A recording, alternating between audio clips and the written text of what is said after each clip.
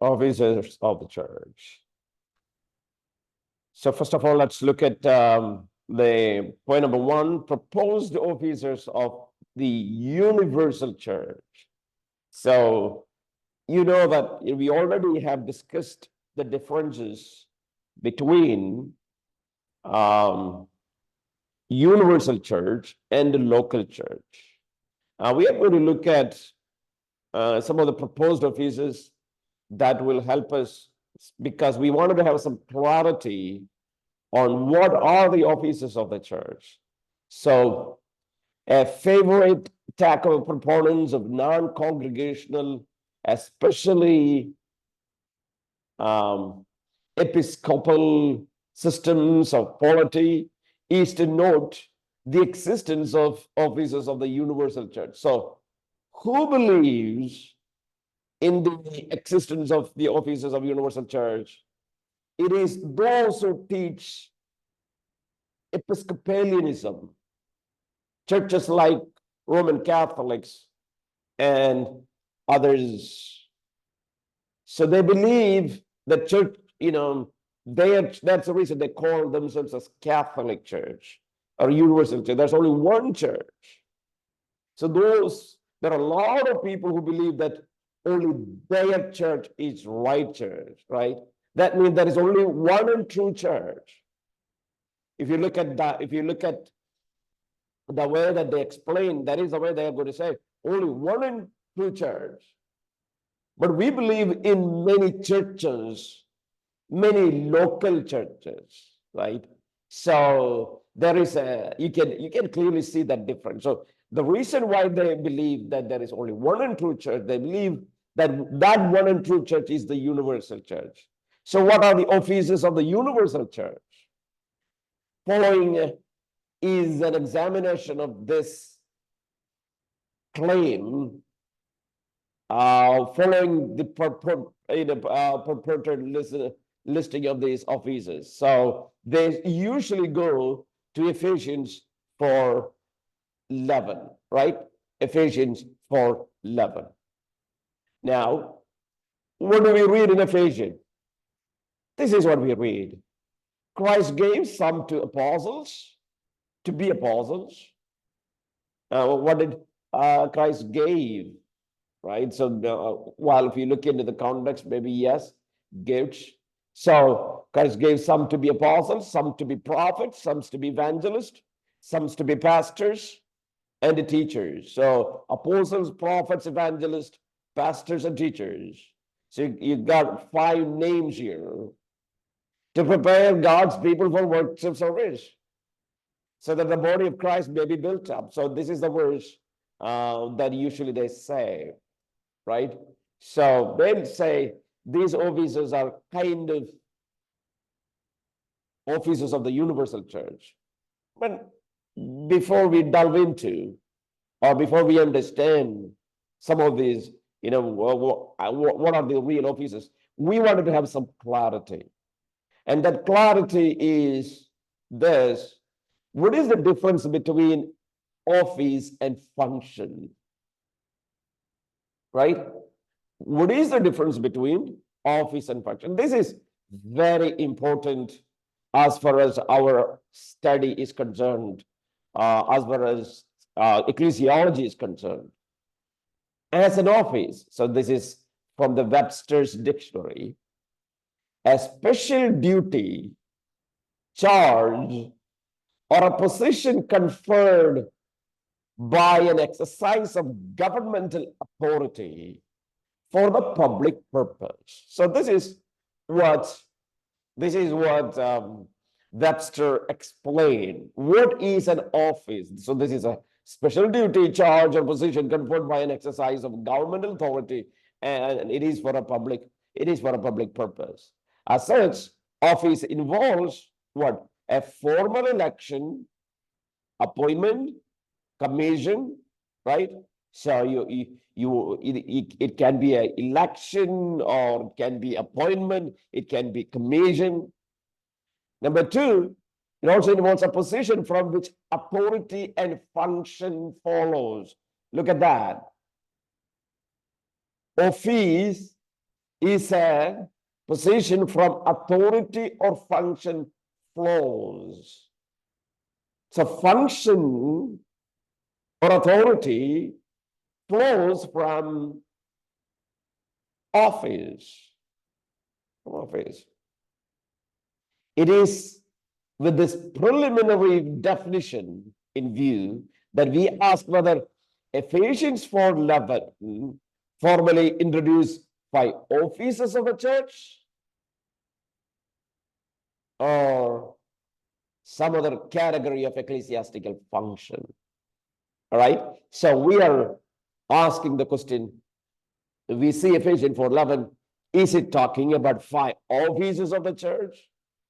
Or should we ask the other way? Or is it simply function, ecclesiastical function? Number one, because 5 items in this list appears as parallel nouns, right? What are the five nouns? You already knew this: apostles, prophets, evangelists, pastors, and teachers, right? There are 5 nouns in this. So in this, because there are 5 nouns, there are parallel nouns, there are 3 options that emerge, right? 3 options. What are the options? John Calvin, in his Institutes. What is Institute? Institute is the book. It's a mega book, right? Written by John Calvin. And I was, when I did my higher studies, my research, I actually did research in the Institutes, right? All the volumes, I went from cover to cover, pages and books that are connected to Institute. So yes, John Calvin, he understood the passage to be detailing 5 offices in the church, right? So what is John Calvin said about this 5 terms, 5 nouns? John Calvin said, these 5 nouns are offices of the church, all right? Offices of the church. 3 extraordinary and temporary, and 2 ordinary or permanent. For John Calvin, apostles, prophet, and evangelist, for John Calvin, were extraordinary offices. All right? So I want you to listen carefully, understand the issues that are here. All right? So John Calvin said, apostles, prophet, and evangelist are extraordinary or temporary offices.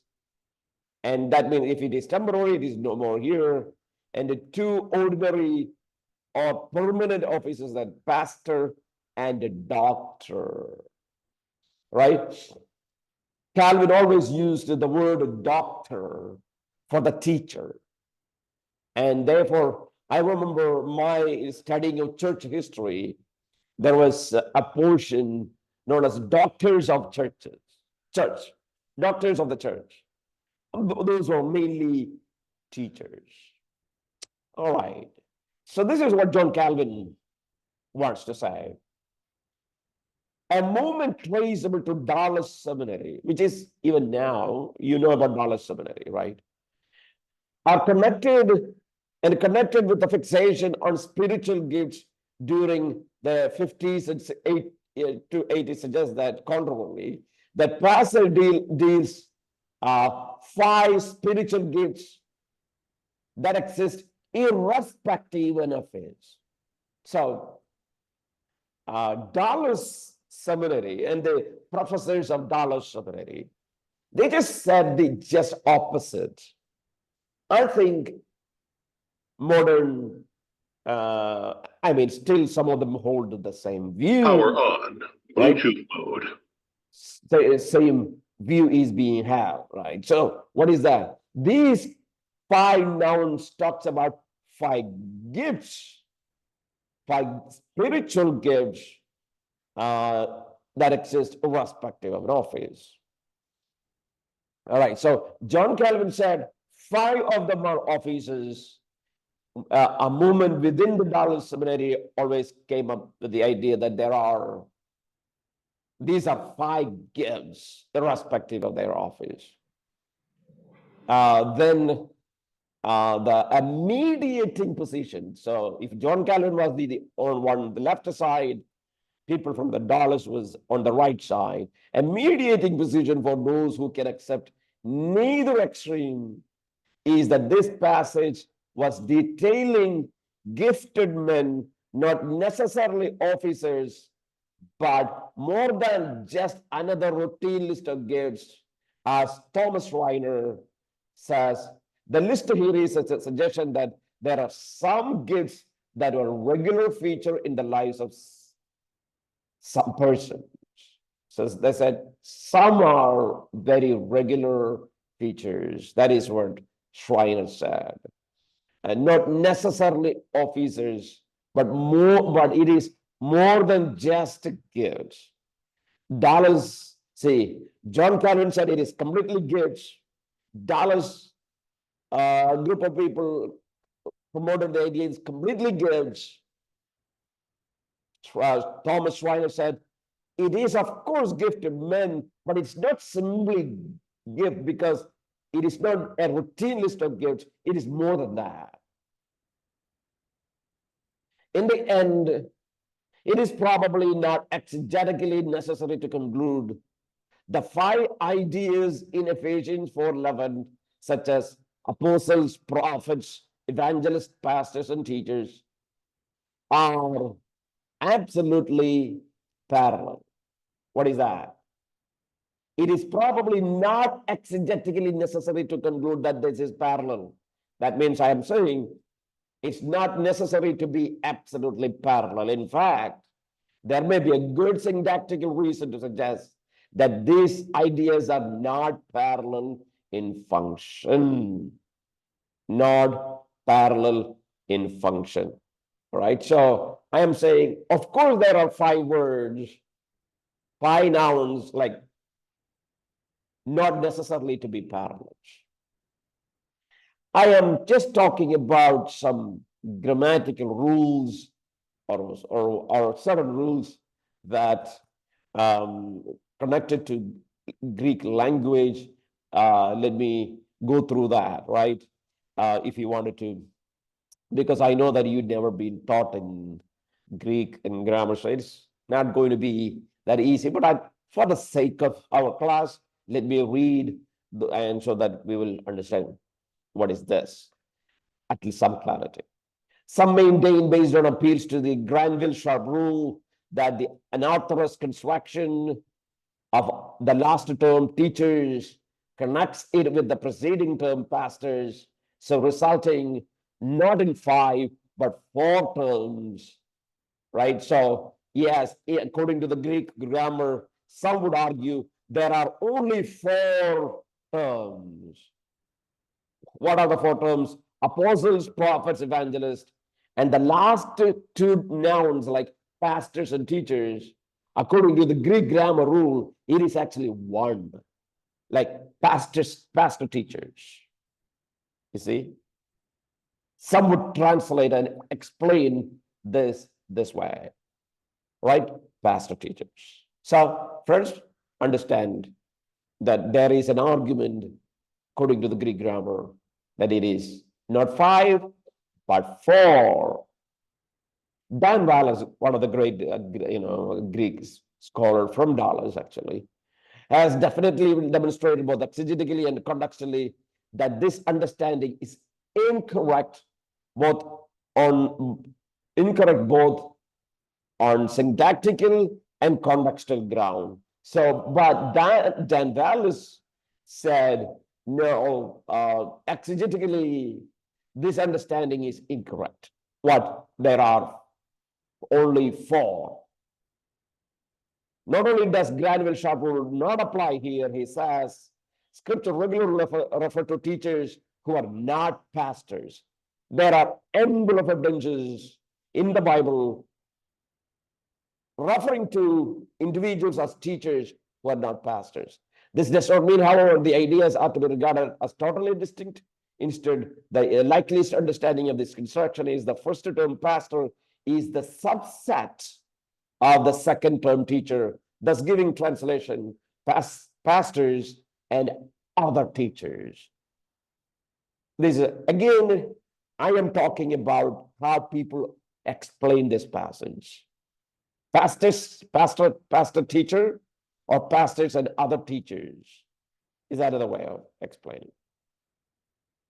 Now, while the same construction, that is, pastors and, that word and, Greek word is kai. Maybe some of you learned the beginning of Greek. You might know the word kai, and.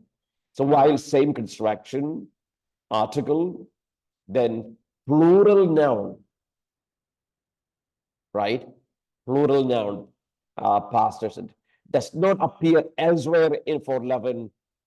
We do find two of the constituent term in this exact structure, where the foundation of the church is listed as apostles and prophets, or most likely the apostles and prophets, right? You can, the prophets. So yes, this apostles and other prophets. That is what Wallace also explained. So yes, it is suggested that some of the terms in Ephesians 4:11 refer to general function in the church, while others refer to official function. So it came. Most of the people suggest not like Dallas Theological Seminary professors explain that it's completely functions. Rather, some of them are, yes, some of them are general function, but others are official function. Remember, we already talked about what is an office. From an office, function flows, right? Look at that idea. So it is an official function. So there are ordinary teachers, but also official teachers appointed to formal positions, and maybe people call them pastors. And then there are ordinary prophets, also official prophets appointed to formal positions, and they may be called as apostles. So this is the argument, right? So what is the argument? It is really, what is Ephesians 4:11 really tells? Is it completely talking about offices, or is it completely talking about functions, or is it talking about office and functions, right? So I would say, yes, primarily these five terms that we looked at here, right? Apostles, prophets, evangelists, pastors, and teachers. These are gifts given, right? Gifts given. But I wanted to say, some of them are not simply gifts, but rather function of office, right? It's not general gifts, but these are official functions. So I'm saying some of these people are, or some of these terms are the offices of the church. So let me go then to the offices of the church. Now, I know that there is and this is again has come from, mainly it has come from Dallas professors. They said there are no offices. There are only gifted men, right? And what you would see in many churches today, they don't believe in offices, right? They don't believe in offices. They believe in functions. I think I can almost